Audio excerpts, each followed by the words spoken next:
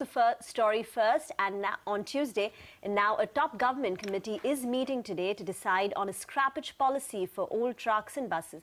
Sonia is here with more details. Sonia, what does this mean for the industry, and should we expect more demand because the old trucks are going to be out of running? Oh, absolutely. And as our colleague Ronojoy had broken the story, today they might take up the scrappage policy. Now, what is this scrappage policy? It is to promote the replacement of old vehicles with new ones to meet the new emission norms, etc. And now the most important thing to watch out for today will be whether the policy is compulsory or voluntary. Now, if the policy is voluntary, it will, be quite ineffective.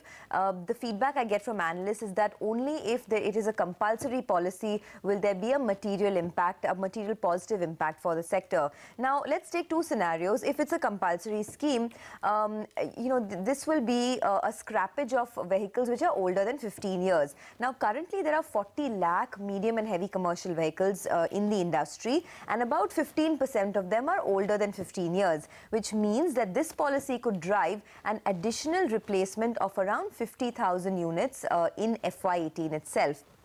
The second one is if it's a voluntary scheme. Now, if it is a voluntary scheme, then the government will have to give some incentives to the buyers in order to encourage the scrappage. Now, what could the likely incentives be? One could be some concession on excise duty. Second could be a 10 to 15% discount offered by the manufacturers themselves on purchase of new vehicles by customers.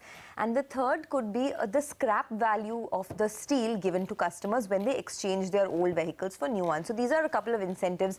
Only if these incentives are announced, then a voluntary scheme makes sense. Now, the feedback I get from the market is that in any case, commercial vehicle prices are going up by the month of April to the tune of around 8 to 10% because of the new emission norms. Assuming the incentives given are about 10% of the vehicle price, that could offset the higher CV prices that customers will have to see. So, in effect, the FY18 volume growth may improve by around 8 to 10%.